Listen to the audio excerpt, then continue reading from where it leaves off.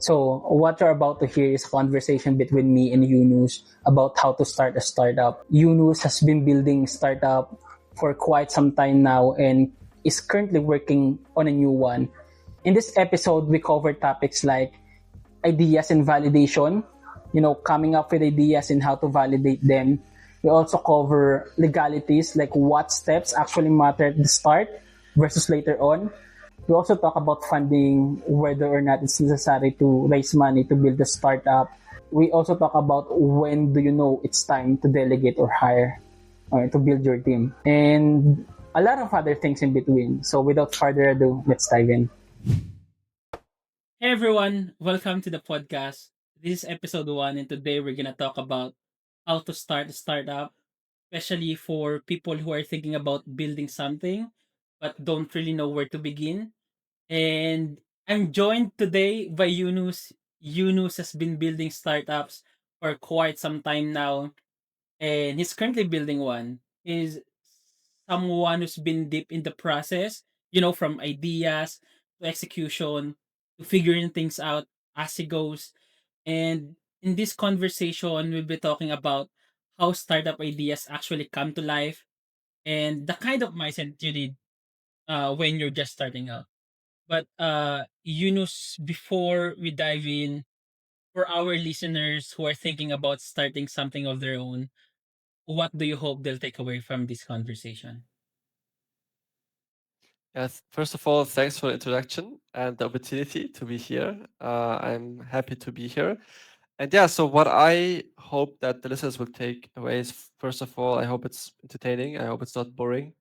And I will try to be as practical as possible from my own experiences so that if you're planning to work in a startup, not only like just like do your own startup, but also work in a startup, or if you want to like do your own thing, some of the stuff that I tell you might resonate and might help you like move away or like not make mistakes that I made essentially. Let's dive into the discussion proper.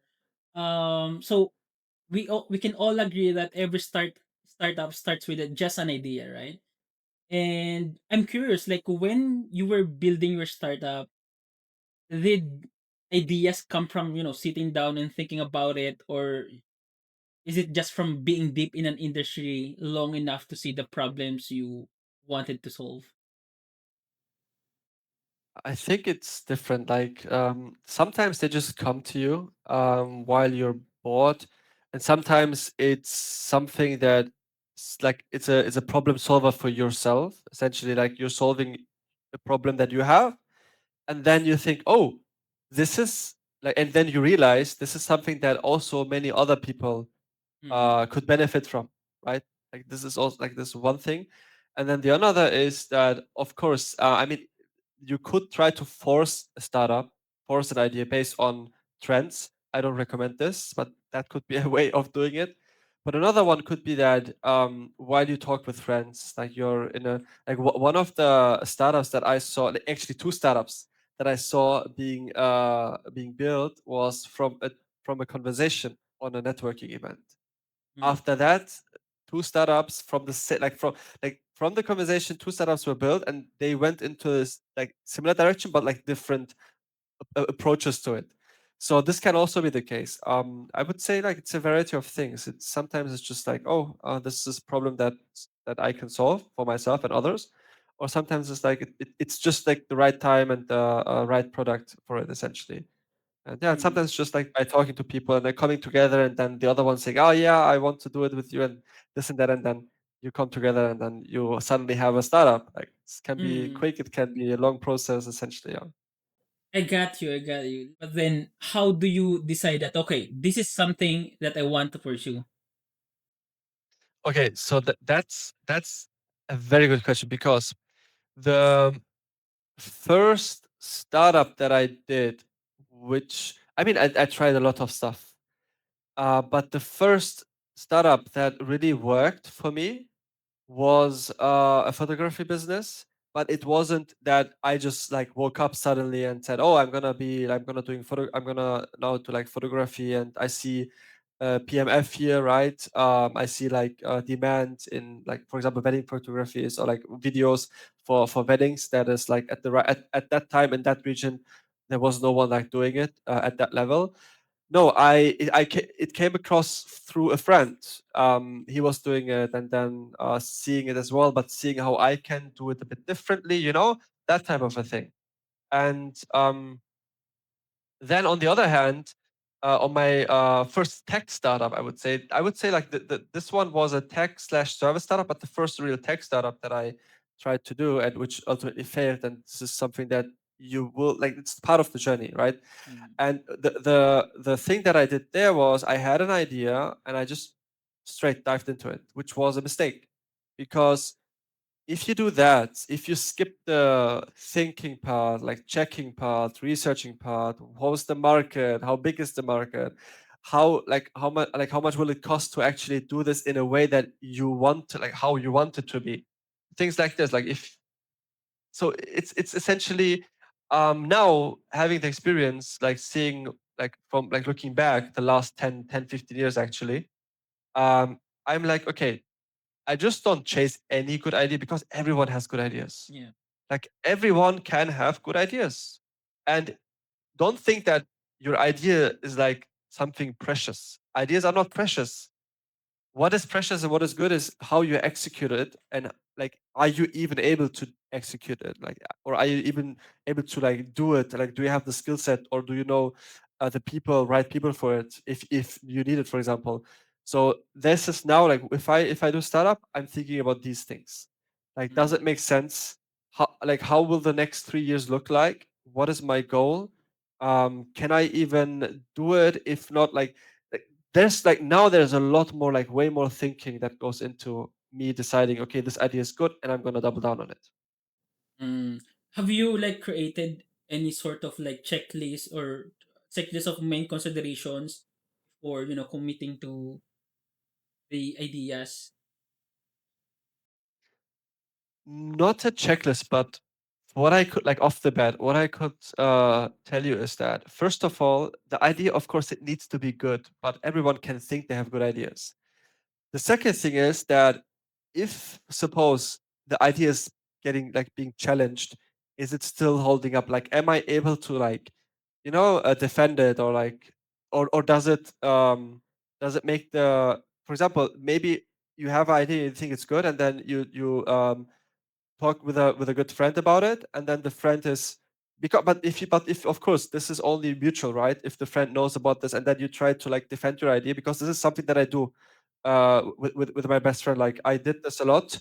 So we try to shit talk or like business ideas in a way to see if it's bulletproof or not. Honestly, this is a good thing, but only if you know that the opposite one, like that your friend is like if it's a thing, right? If you just like shit talk other people's ideas, that's usually not a good thing to do. But yeah, so I would say first of all, that is it bulletproof based on my own ways of trying to see if it's bulletproof or not. You can do it differently. And then the second thing is now, and of course I'm a bit older now. Like I am in the 30s, so I cannot just dive into any random idea and risk like do something without being able to earn any money. So the second thing would be that if like at the stage, because there's different stages of your life, right? At this stage that I'm in right now, can I afford doing this as a side project? As in, do I have enough time? First, second, does this project is it like can I do it as a side project? Because, for example, if you try to develop a game on your own as a side project, that might not be the best thing, like financially, like to do. It might work out, but it might take years and years, and you could have done another idea that you had in a quick rate as a side project. So this would be the second thing. And yeah, I mean, other than that, of course, I would also see is how good do I know the market. I also had ideas that are outside of my market, and quite literally outside of my immediate network. For example, I can give you an example. Cosmetics. Like there's I know people in that industry. I know someone that produces and even like does like end to end product design and everything for cosmetic brands, organic, vegan in Germany. But I'm not that well like read, or like I don't know the industry that much that I would trust myself to be a founder, a CEO of a cosmetics. product, right? So that type of thing. I know that it works. I know people that do it and they do it successfully. But things like this, like, am I able to, like, am I skilled enough in a way, or like, or do I know enough? Of course, you could do it as a challenge and learn, like, grow into it. Yes, but you will then fail essentially, and failing might be your killer, like as a motivation killer, discipline killer even. So you should try to do it in a way that your first, like your first projects or your first startups, the chance of them being successful is not that high. But it should be not in a way that it's like crushing, like it's so bad that it's crushing. It should be in a way that it's in an area where you are somewhat familiar, and there's room to grow still. It's okay to do that. Like, you don't no one is like, no one knows anything. Even I am growing. Like, I do growth and market. I do growth lead and a fractional CMO right now. And even I myself, I'm happy to grow every day. Like, I'm happy to, like, see new trends, new organic ways, creative ways of marketing. Like, I move with the flow essentially as well, and try to be on top of the news. So yeah, that's what I would say. I went out a bit now, but yeah. Yeah, actually, like the sort of advice that you just provided regarding that, you don't need to know all the things about the startup that you're building at from the get go. And yeah, I think it's a good reminder for people that want to start their own thing, that to not overthink, and then that not to be perfect about it from the get go. Essentially, many people consider that's why they don't pursue great ideas, because they are scared of legal issues. So when you were building your startup, what legal step actually matters in the beginning versus for the later Yeah, I mean, I would not call it like legal issues, maybe like legal challenges, because most challenges? people are scared of, like, of the legal steps that they need to take, like setting up a company. A lot of people, like, I understand it. It sounds scary. It looks scary, especially if you didn't do it before, if you haven't really been involved in something like that. Like, and everywhere, like, where, like, doesn't matter where you are, um it has some steps to it, and you need to, like, tell the government what you're planning to do, business activities, licenses, this and that. And it's different in every region, as I said. Sometimes it's easier, sometimes it's not that easy, sometimes you need to, like, give every information that you can, and sometimes it's even very expensive to set up a company, right? So it depends on the region. But I would not let this, like, stop you from anything. I mean, if you, for instance, are planning to do a business, and I'm not speaking of a tech startup now. Like, tech startups usually, if in most cases, you need a lot of money first, and then build, and then, scale and make that, and then make money. But if you are looking to start a business where you already know, okay, I can make money in the next couple of months and weeks if it goes well, in a way, right? And then, like, there is no way to, like, test things out, because if you're just postponing this legal step, of just setting up a company, for example, you're just slowing yourself down. Like, you don't need to be scared of this. And if you need guidance and you're like, oh, I need lawyers and this, and no, there are enough fractional lawyers out there that help you, like, very, very precisely, like, hourly basis on what you need. And I mean, for example, for a website, right? There's, in Europe, it's like standard practice to do, like, specific things in the terms of service and so on, things like that. Like, you don't need to pay a lot for a big, like, law firm and so on, and you don't need to hire a lawyer, like, full time, part time, whatever. You can do it with a fractional lawyer on just one contract. Hey, I need a, for example, you need a, I don't know, contractor agreement, and you have one template. You just need to change up maybe the name, the information, the service, whatever it is, and then you have it. It's a lawyer-approved agreement. And yes, some people are skipping that step and going with ChatGPT and AI, and even there are, I think, Simmons and Simmons. I'm not sure if it was them, and other big, like, law firms worldwide. They have, like, AI based, like, contract, like, agreements makers, essentially. Like, they train their models specifically for that. You can do that as well for a cheaper alternative. But of course, like what I would recommend is if you're just starting out, you're young and you don't have that much money for lawyers, like legal setup is required. If you don't do it, you're essentially like, I would not risk that. It's not worth it, honestly. I would always recommend to go the legal way, like the right way, and so on. And yeah, you can look into alternatives if you don't want to hire a lawyer like hourly basis specifically for a contract. You can look into alternatives that I just mentioned. There are ways that you can do it. It's just based on your risk level, right? If you want to risk a Mm. little bit more, but it's cheaper, then you can go with these trained LLM models, right? This AI chatbots, chat models. But if you want to, maybe you can start off with that. But it's based on your risk level. I would personally not recommend it doing it. Like I myself, I have like I'm using a fractional lawyer essentially. As long as I don't need a full time lawyer in house. But if your business is big enough, then of course you would just hire a lawyer, right? You have a legal counsel in house. That's always the best thing that you can do. Right? It's also very fast then, right? Mm. Yeah. All right, yeah. Just want to add on that because I've watched a podcast about setting up startups here in the Philippines. So I believe not I believe, I'm sure that there are different laws on how to start up, to build or start a startup in different countries, right?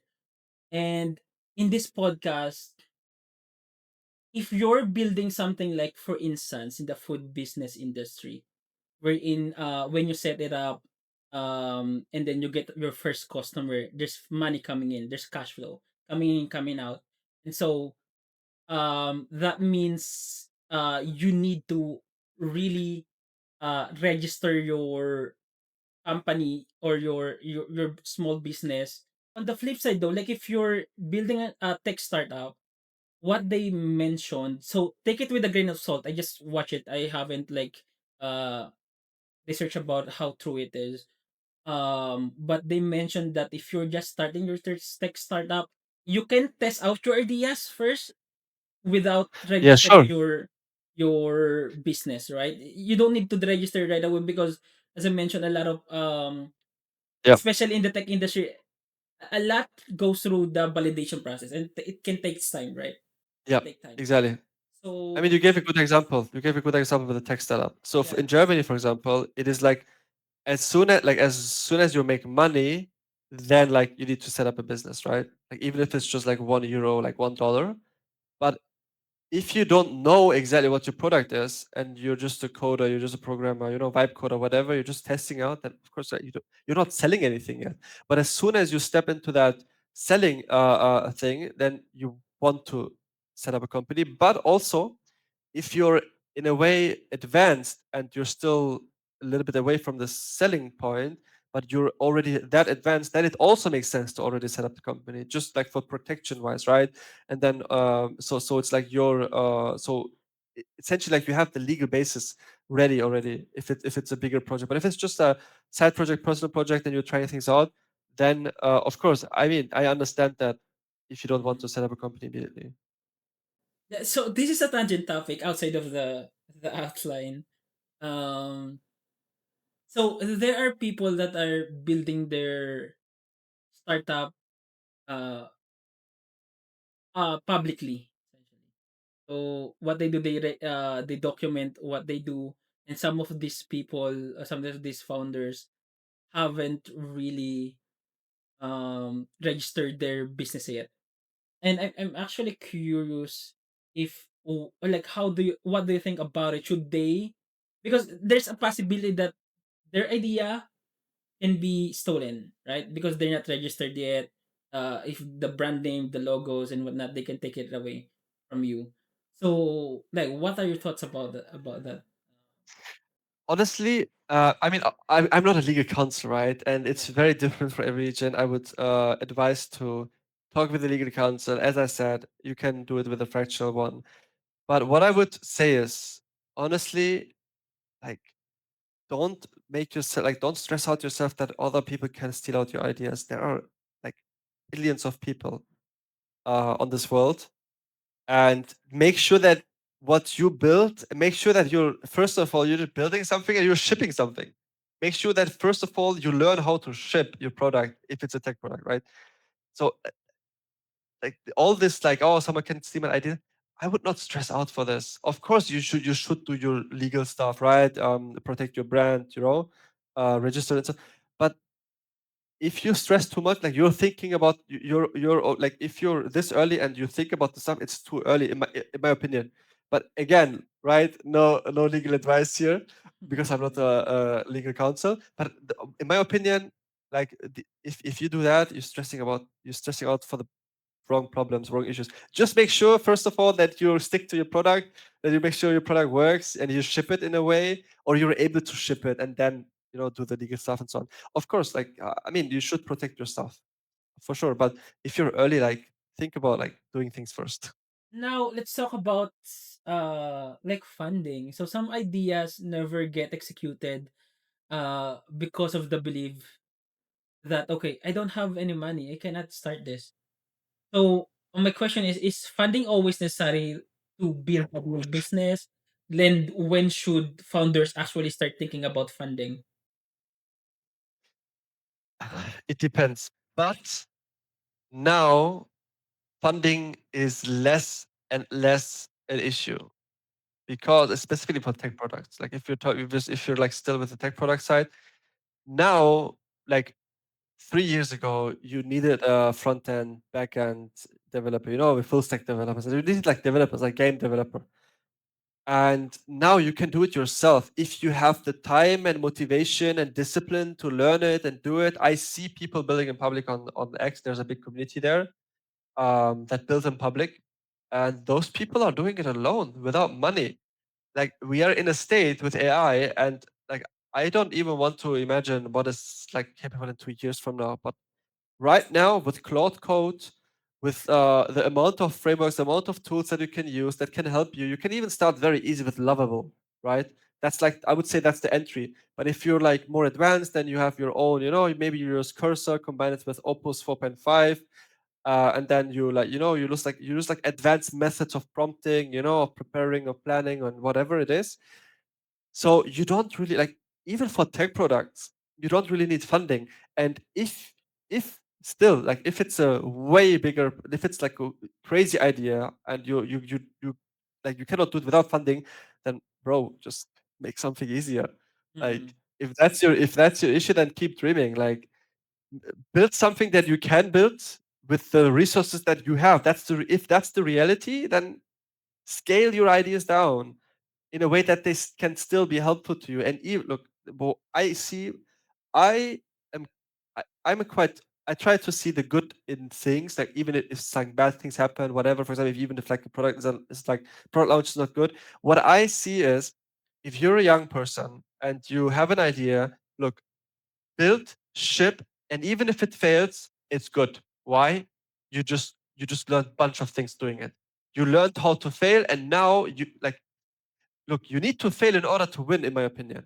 Because you failed, and then next time you will fail a little bit less. Like it will like a little bit less like bad, And then the next one, maybe you already didn't fail, maybe you already made some revenue, and then the next one is going to be better and so on. So you learn through the process, and the process itself is a win. And suppose you stop doing your founder stuff, right? So you stop doing your startup stuff, you just built an insane portfolio of products Yes. that you built on your own. Now, like you now also have an advantage over other people if you want to get a job, right? So either way, you win, in my opinion. Yeah. Like it's for tech things, like for tech products, like small products. But I would always recommend start slow. Like your biggest goal should that like if this is the first product, the first startup, whatever it is, your main goal should be to ship. Everything else is like not important for in my like that's my opinion for the first product. Then you can level up with the next product. You could make a second goal, get the first client or whatever. So things like that. I feel like that it's I'm not sure, it's maybe because of my algorithm, like social media algorithm, but I always see a lot of younger generations, even the older ones, creating their own thing. And if they play failed because they are building publicly, they have a good chance of getting better job roles, better salary in big companies, right? So Yep. that's really a good thing, regardless. Also, tops like this built in public is in itself a marketing method, a creative way. Like because like by documenting everything that you do, first of all, you build your own portfolio. As I said, even if your product fails, you learn a bunch of things. You build your own personal brand, right? You build up like a credibility thing, like a little bit of authority as well.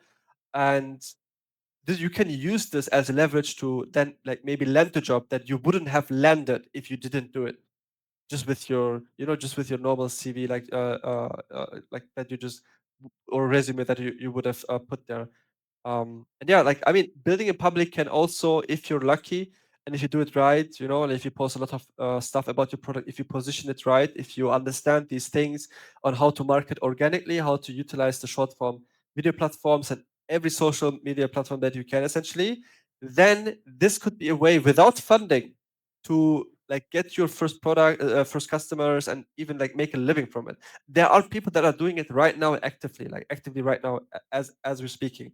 This is a way you can do it and you can try it. And I would always recommend either way to build in public if you're like a solo founder or whatever, for the sake of trying to if you have a SaaS product, for example, for the sake of trying to get like clients and learn a bunch of stuff, and then learn how to position ads and which ads work, and spend like $5, $10 on ads as well, or like which videos work and so on, just to learn the things. And then if you like, because everything that you do, even if it doesn't work out, it will help you in the next like journey, or in the next whatever it is, right? So this is something that I would highly recommend. I really love seeing this on my timeline as well, like people that build in public.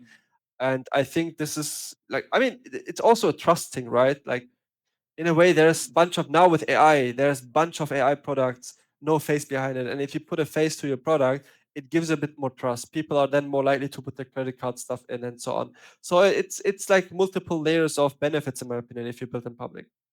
I agree. Yeah, really a good thing, especially if you're building whatever type of business you're building. So yeah, let's maybe talk about um another thing, which is building a team. So you mentioned earlier about AI, right? Many people start now as solopreneurs because of the help of AI, Lovable, Claude, and whatnot.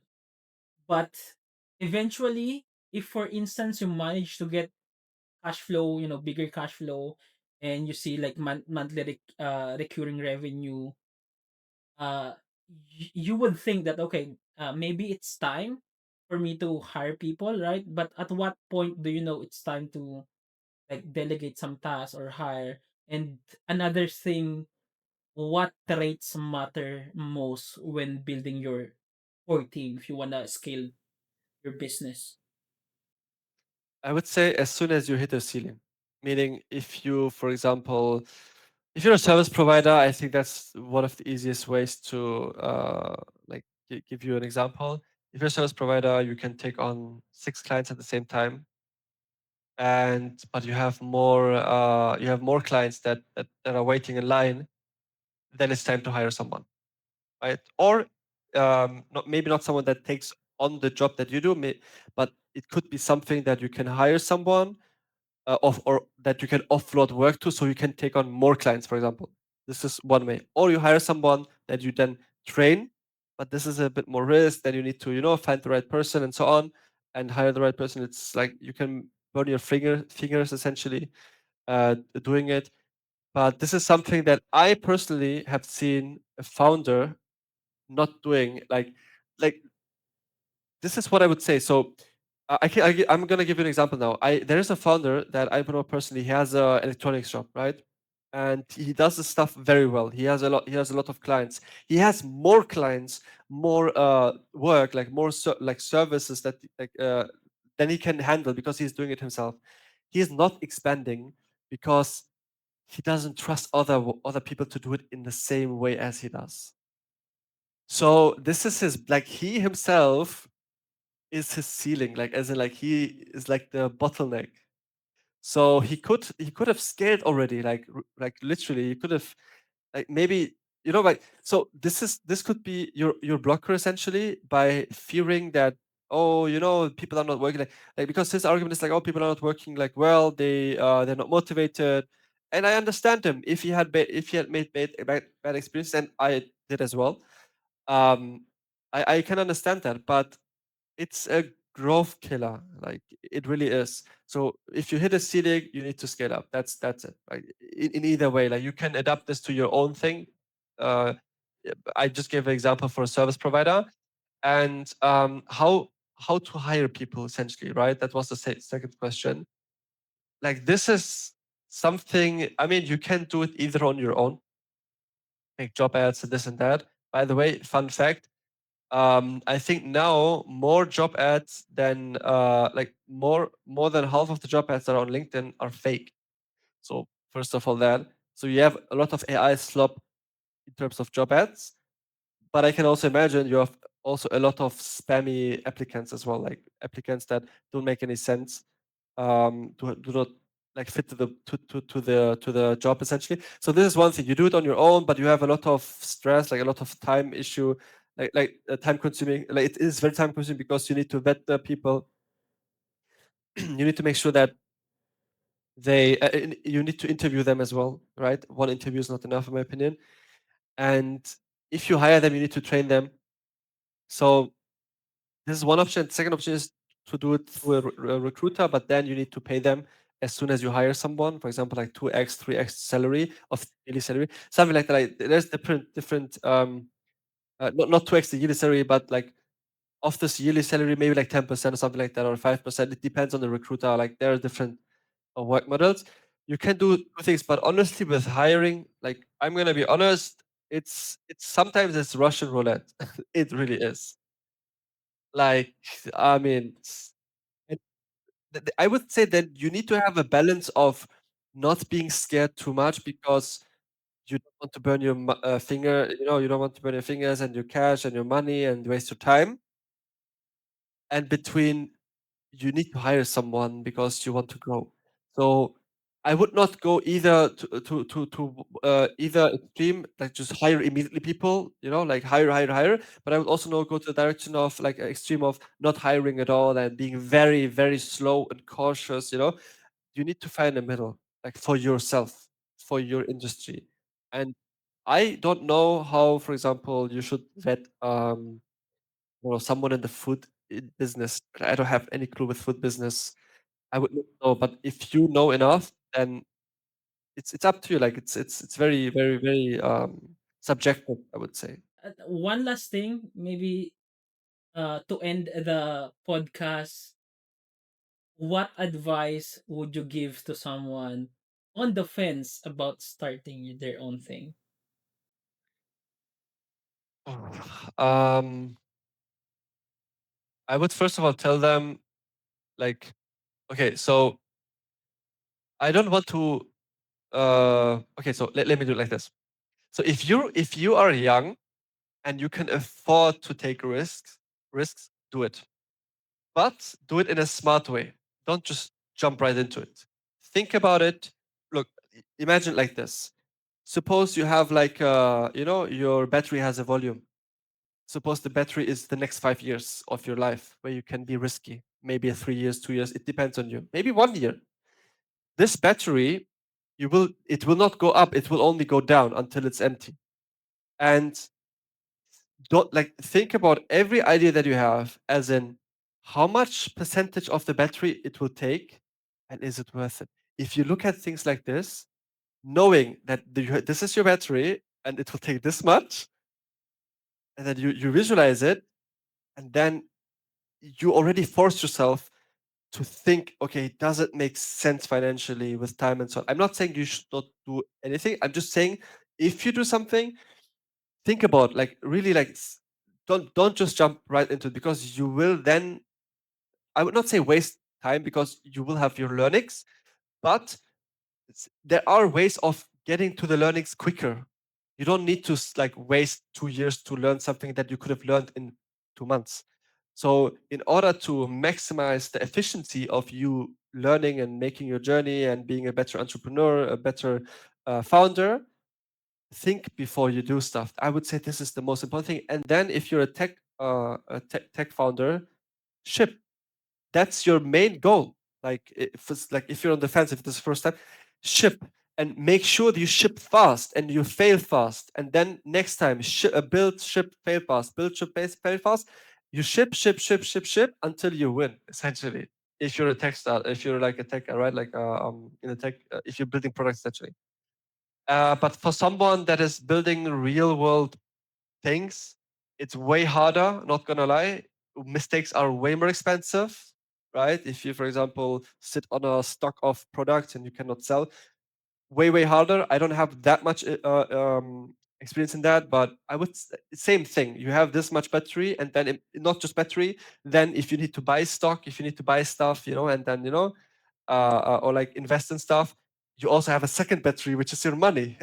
It Mm. also goes down if you need to invest your money into it. So just put yourself in a position where you are forced to question the idea or like the startup idea, but not in a discouraging way, but in a way that you try to make it better or maybe move on to something better, easier and quicker.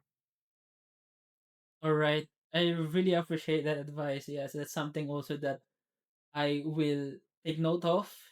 For instance, I'm planning to do something down the line, and I think I would definitely too, knowing that, I've been friends with you. I always say this, like you, I'm always energized of the thought of building something of my own because I'm working with you closely, and yeah, I really appreciate that advice, and also thank you for your time. I know you're a busy guy. You're building a lot of things, doing a lot of things outside of your startup, right? So yeah. So but if you want to plug anything where people can find you, your socials. Yes, first of all, I appreciate your time as well. Always happy to be here, and I also like really like, I'm thankful for your words as well. And the like how people can find me is very easy across almost all socials under I am Nineveh, like I've written out. Just I am Nineveh. That's my tag. For Telegram, it's X Yevme, but for everything else, like I am Nineveh. For Yes. you post a lot on LinkedIn and like and on X, right? Do you have Yeah, any exactly. Facebook, YouTube? Because a lot of Filipinos are using mainly Facebook, TikTok, and YouTube. Yeah. I have TikTok. I have YouTube. I don't have Facebook. I need to start being active on Facebook, man. Honestly, I need to. People say Facebook is dead, but it's not. It's Like not, bro. Like, Facebook is especially very in, active. yeah, especially in the Southeast Asia country. Not only Southeast Asia. Like my friend who's from Canada, like they use Marketplace for example. Like Facebook Marketplace. They just say Okay. Marketplace. Like it's Facebook But Marketplace it's for like selling really stuff. Facebook. Exactly. Yeah, okay. Yeah, so I would say I think even in NA North America, it's popular. Even in US, right? Like Canada, US. So, like, I Mm. was thinking in Europe, like specifically Europe, Germany, you don't use Facebook. It's like your uncle, and now I'm an uncle as well. Like, I'm in age. I I could be know. now returning to Facebook. Maybe it's time. Oh, they say, okay. I did not say this. The younger generation says Yeah, that those people that use Facebook are the boomers. They said, not me. it's the OG social media platform. I I mean, know, I of know. course. Yeah, All right. Yeah, I think that's about it. Thanks for your time, Yunus. And yeah, have a good rest of the day. amazing. Thank you as well. Bye. Bye bye.